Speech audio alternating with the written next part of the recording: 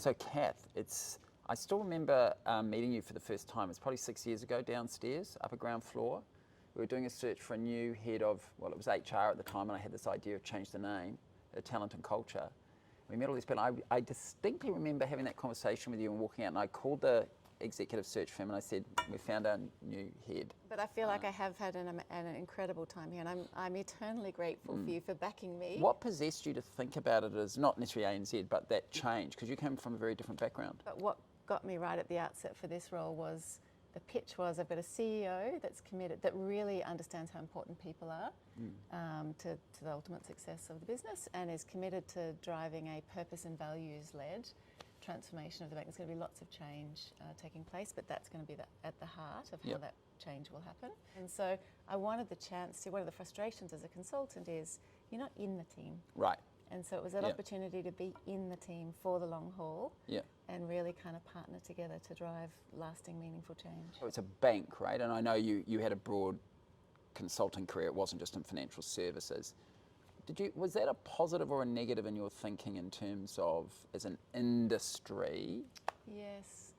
I was a bit neutral on that, to be honest. But what I hadn't actually appreciated and I've come to love about banking is the role that banks play in, enable. You talk about the customer groups, helping people, save for and buy a home, helping people start and grow a small business, move goods and capital around the region. I don't think I'd really appreciated how vital the banks are to moments that really matter. But when you think about over the 6 years, what are some of the things that you look back on? I'm sure you've had time to consider that and think about and go, gee, those are the things I'm really proud of as a leader that we, the team achieved, and ANZ today is a better place for those interventions or changes. Yeah, I mean, I feel incredibly proud of being able to lead a really awesome team and work in partnership with my colleagues around ExCo and with you to be at the heart of, I think, enabling the transformation and performance over the last few years. And whether that's,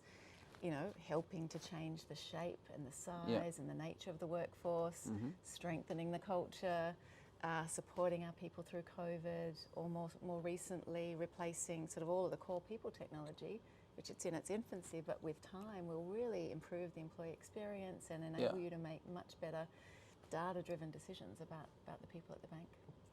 Everybody comments about how special the culture is at ANZ, and it is. I've been a consultant, I've worked in lots of different organisations. There is something very, very special here.